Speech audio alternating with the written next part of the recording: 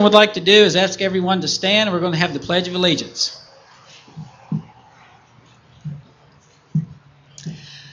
I pledge allegiance to the flag of the United States of America and to the republic for which it stands, one nation, under God, indivisible, with liberty and justice for all.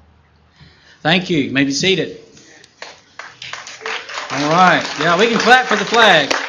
I want to share something with you tonight, and I want you to listen very carefully. There was a time in our nation when the government and public offices were the lowest paid positions in the United States of America. Did you know that? In fact, some of them were even worked for free because they were statesmen.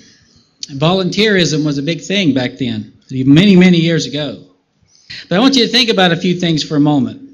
Why will a well-trained soldier rush into the face of enemy fire on the battlefield knowing he in all probability will be killed or maimed for life? Why would he do that? Why will a firefighter run through a fire to save a child from certain death knowing he might join the child in death? What would cause a police officer or a sheriff's deputy to stand between the innocent and the attacker knowing he or she might receive the harm that was intended to the innocent? Why would the sheriff stand between you and the federal government when they have left the confines of constitutional authority? There's a reason. There's a higher calling.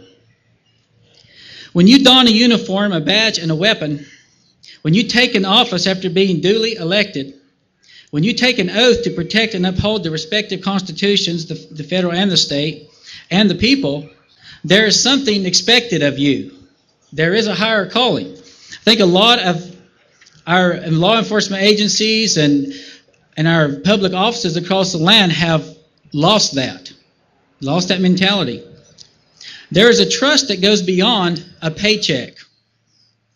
And I really emphasize that. There's a trust that goes beyond a paycheck. If you're doing a job like that for a paycheck and that's the only reason you're doing it, you're in the wrong business. There is a higher calling. What is that calling? It's called duty. There's a higher calling called duty.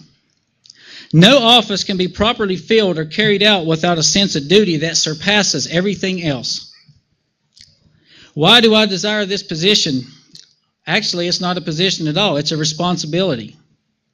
And I think we've forgotten that too. When you're in a public office, you have a responsibility to the people.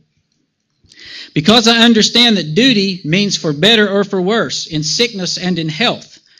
And if all of hell would rise up against us today, duty would prevail. I've been married for 20 years. Those words mean something to me. And I proved those words in the U.S. Marines also, and so did many other men. And I've talked to several veterans of different wars around this crowd tonight, and I'm honored that they're here.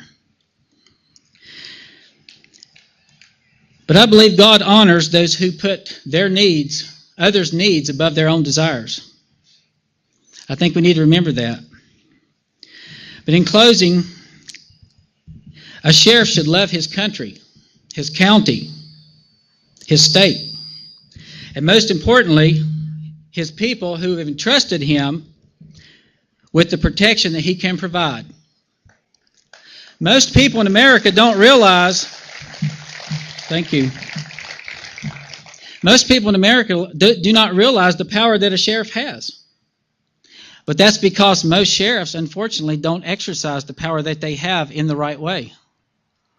That's why I'm thankful for a man like Richard Mack who goes around trying to teach them their duty. That's important.